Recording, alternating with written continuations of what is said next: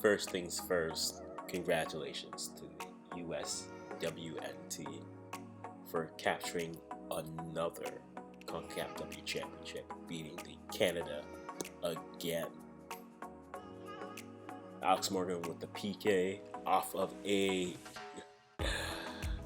as a Canadian, I can say it was a soft penalty, and I know the second I'll say that, it'll be an American saying. So we want to talk soft penalties, eh? Let's harken our memory back to the Olympics, to that soft penalty that gave you the PK. So, if karma's karma, we've come full circle. I think my only disappointment is, the U.S. felt like they dominated that game, especially once the second half rolled around. It was all U.S. until they scored. I would have rather had them score any of their opportunities than to lose on that. I felt like that, when you have a terrible rally in tennis, table tennis, badminton, and you went on that, you're just like, no man, I want a better one. Or even like volleyball, you want to win or lose on a spike. You don't want to lose on just like a flub.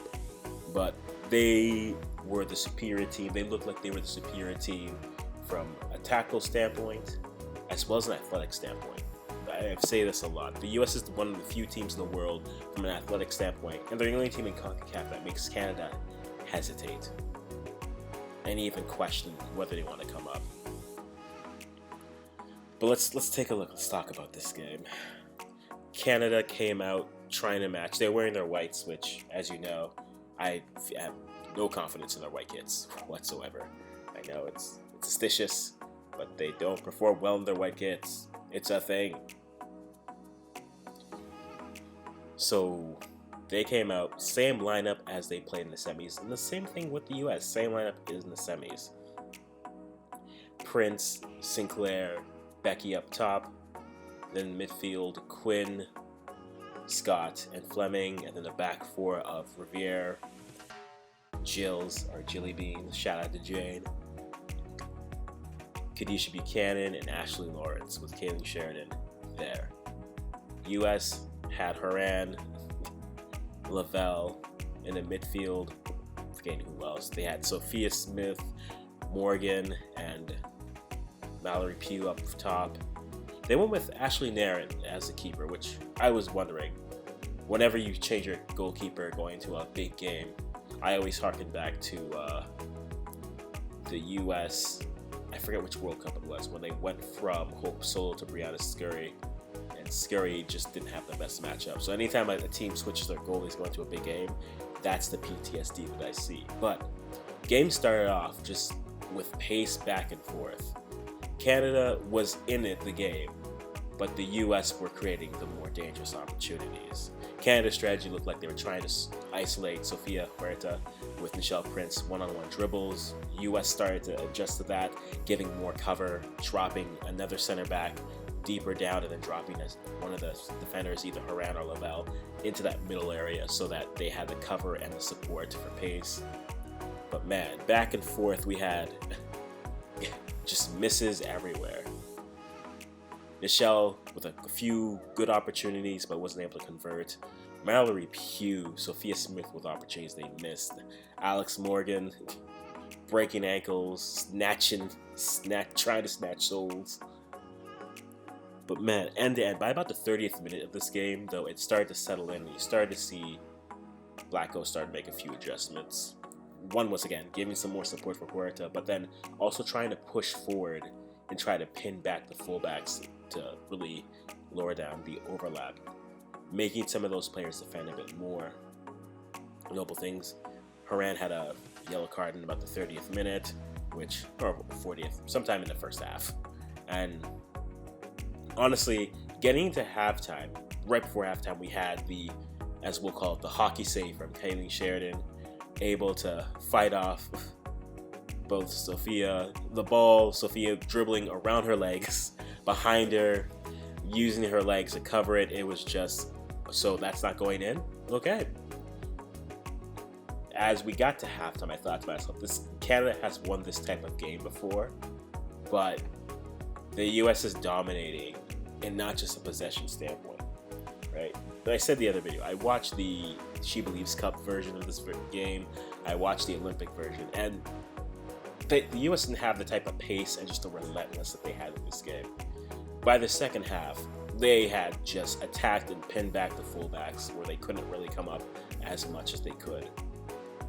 And then you got Roosevelt drawing the penalty. Was it a soft penalty? I mean, if I say yes, I know there are a lot of American fans who are going to jump here and be like, what about the Olympics? And it's true. Both were soft penalties. I feel that WAFCON was preparing me for a day of questioning VAR. I mean, but that's another day for another time, man. But yeah, Alex Morgan converts, and then we saw the US try to sit back, and Canada try to move forward with a couple decent 2-minute spells of just possession and shots. Ashley Lawrence with a good miss, Fleming with a miss, Heidema trying to get the header in. At the end of the result, it ends as the US winning. So what does this mean? It means the US is going to the 24 Olympics. They have qualified a spot in the 24 Gold Cup and prize money. When it comes to Canada, they are in the playoff with third place team Jamaica, who beat Costa Rica. And they'll be playing in 2023 in September, two-legged, to determine who gets that spot. The winner of that matchup also qualifies for the 24 Gold Cup and also goes to the 2024 Paris Olympics. I said before, if there was ever a time you could beat the US, it had to be in these next 2 years. So with that being my thought going into this game, seeing the result, I have questions. I think as much as having the depth that we created, and shout out to the people who responded to the Twitter question I put out there, Meg from CANXNT, we didn't have to rely on a player like Christine Sinclair too much. She essentially played halves of football. She played a half here, half there. Now, maybe that's age, maybe that's the injury she's nursing, but we didn't have to rely on her. But we did rely on heavily Janine Becky, Jessie Fleming, and Ashley Lawrence. And the depth of the team that we had was good, but not in those spots. I don't think we've done so far a good job to really address the abilities and just the players who can really replace. Right? We were seeing Zadorsky got a game against Panama, and then it was just Gilles and Buchanan. I think we've determined that's the center back. I think the back line is established as that, but I think we need another fullback that we can really rotate when it comes to these tournament type games. It can't just be Lawrence one game and then Riviere another game. We have to have the depth to be able to rest both. And Liz Chapman, good player, but at some point we need to see a fullback who's able to really come in.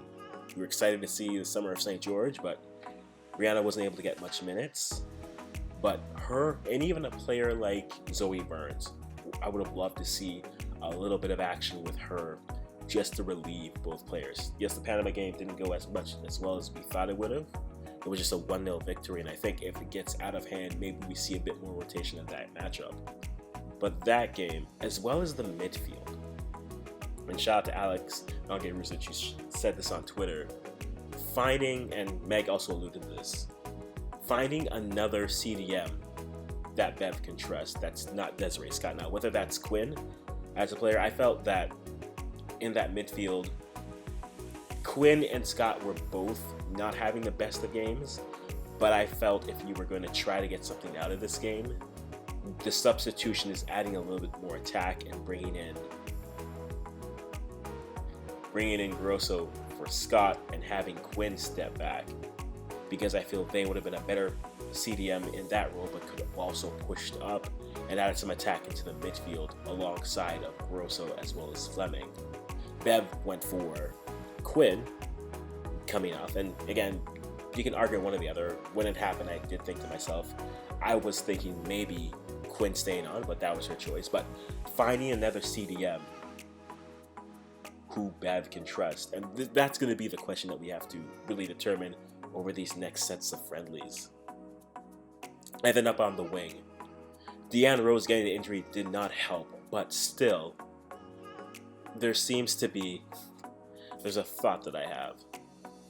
There's a thought that is, there's one position, there's a lot of trust with Becky. Becky's a good player, but Becky effectively rested is a better player. Yes, she hasn't played a lot of minutes coming from Man City to the Portland Thorns, but you have a Chloe Lacasse who's there.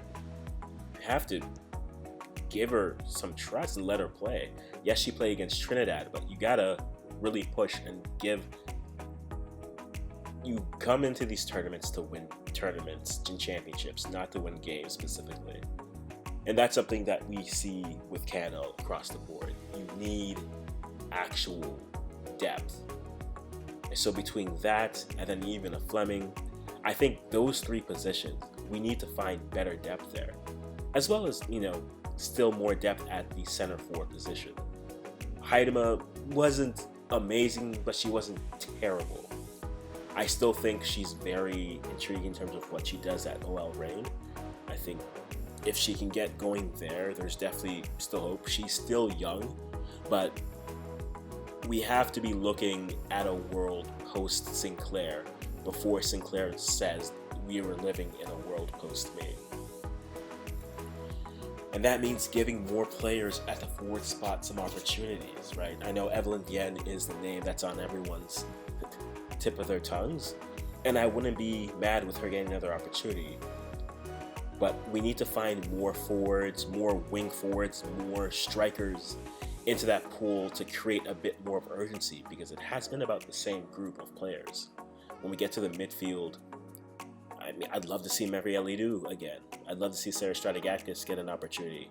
And again, tip of our tongue again, Victoria Pickett. Love to see her get an opportunity with this team and really play through. I think there's depth that we have to explore between now and next year. We have about a year's worth of time to really revamp this roster and really evaluate players and really make tough decisions.